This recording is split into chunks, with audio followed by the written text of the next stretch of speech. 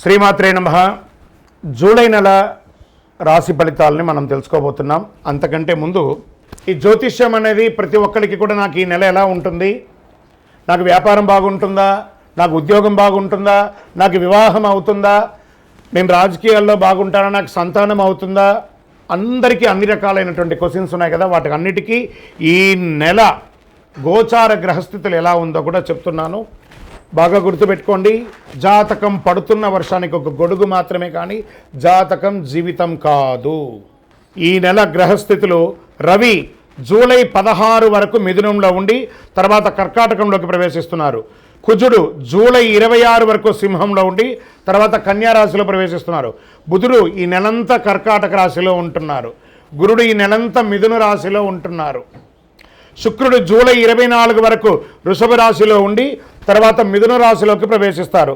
శని ఈ నెలంతా మీనరాశి, రాహు ఈ నెలంతా కుంభరాశిలో ఉంటారు, కేతువు ఈ నెలంతా సింహరాశిలో ఉంటారు.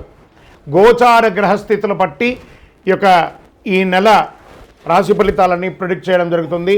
మీ వ్యక్తిగత జాతకానికి ఇదొక 30 నుంచి 40% మాత్రమే వర్తిస్తుంది.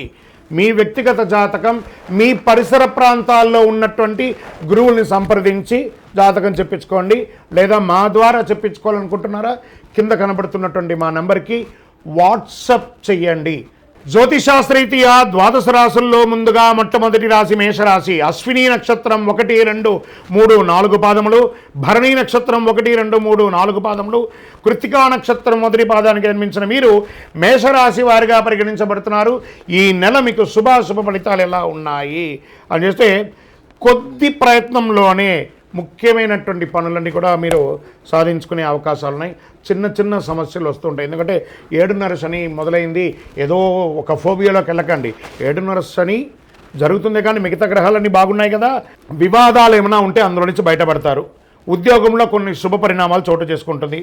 కమ్యూనికేషన్ నైపుణ్యం పెరుగుతుంది. వృత్తి జీవితంలో రాబడి ఇబ్బడి ముబ్బడిగా పెరుగుతుంది. వ్యాపారాల్లో ఆశించిన అభివృద్ధి ఖచ్చితంగా జరుగుతుంది. బాగా చెప్తున్నాను, కొత్త ప్రయత్నాలు ఏది చేయకండి. కార్తీక మాసం వరకు కొత్త ప్రయత్నాలు ఏది చేయకండి. ఉన్నదాన్ని కొంచెం చేసుకోండి. ఖచ్చితంగా అనుభవజ్ఞ వ్యక్తులతో సహాయం చేసి ఇది నేను చేయొచ్చా లేదని చెప్పండి. మీరు సొంతంగా నిర్ణయం తీసుకొని ఇబ్బంది పడకండి. అదనపు ఆదాయం పెరిగే అవకాశం ఉంది. ఆర్థిక సమస్యల నుంచి చాలా వరకు విముక్తి పొందుతారు. లీగల్ యాక్టివిటీస్ ఏమైనా కోర్టు కేసుకి సంబంధించిన ఏదైనా ఉంటే కూడా అది మీకు తీరే అవకాశాలు కనబడుతున్నాయి. మాస ద్వితీయంలో 3వ వారంలో ఏమవుతుందంటే కాస్త నిరాశ, అనుకున్నదంతా గొప్పగా జరగవచ్చు. ప్రయత్నాలు ఆశించిన ఫలితాలు రాకపోవచ్చు.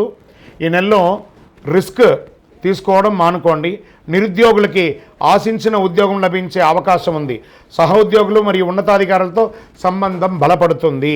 గతంలో ఉన్న అపోహలు తొలగిపోయి కార్యాలయంలో సానుకూల వాతావరణం అనేది వస్తుంది. ఆదాయానికి ఆరోగ్యానికి ఇబ్బంది ఉండదు. తోడబుట్టువులు ఎవరైనా ఉన్నారనుకోండి, వారితో కాస్త సఖ్యతగా ఉండండి. వివాదాలకు వెళ్ళండి. పిల్లలకి శుభవార్త వింటారు. ప్రేమించే ప్రేమికులకి ఇది మంచి సమయం అని కూడా చెప్తుంది. విద్యార్థులు బాగా చేస్తారు.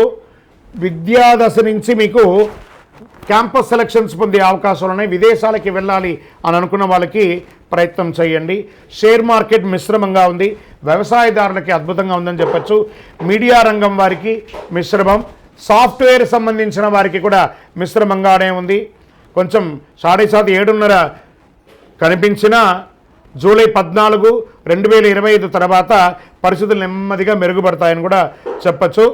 చంద్రాష్టమం జూలై 6, 7, 2025 4 గంటల 1 నిమిషం మధ్యాహ్నం నుండి 9, 7, 2025 3 గంటల 15 నిమిషాల ఉదయం వరకు చంద్రాష్టమం ఉంటుంది.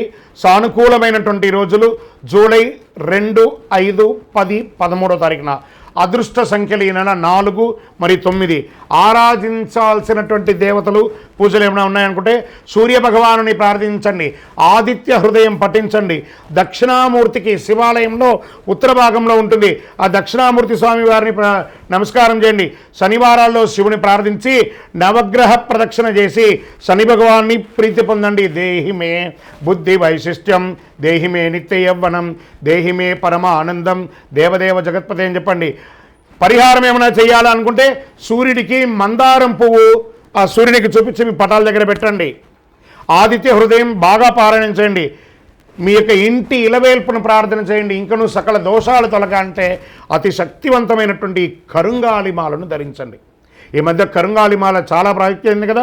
ఇది 48 రోజులు పూజ చేసి చండీ సుదర్శన హోమాదుల యొక్క సంపుటి అంతా కూడా చేసి మీకు అందిస్తున్నాం. ల్యాబ్ టెస్ట్ చేసి కావలసిన వారు మా కింద కనబడుతున్నటువంటి నెంబర్కి మీ జాతకం కావాలంటే జాతకం కావాలి, మాల కావాలంటే మాల కావాలి అని చెప్పి వాట్సాప్లో కావాలంటేనే వాట్సాప్ చేయండి.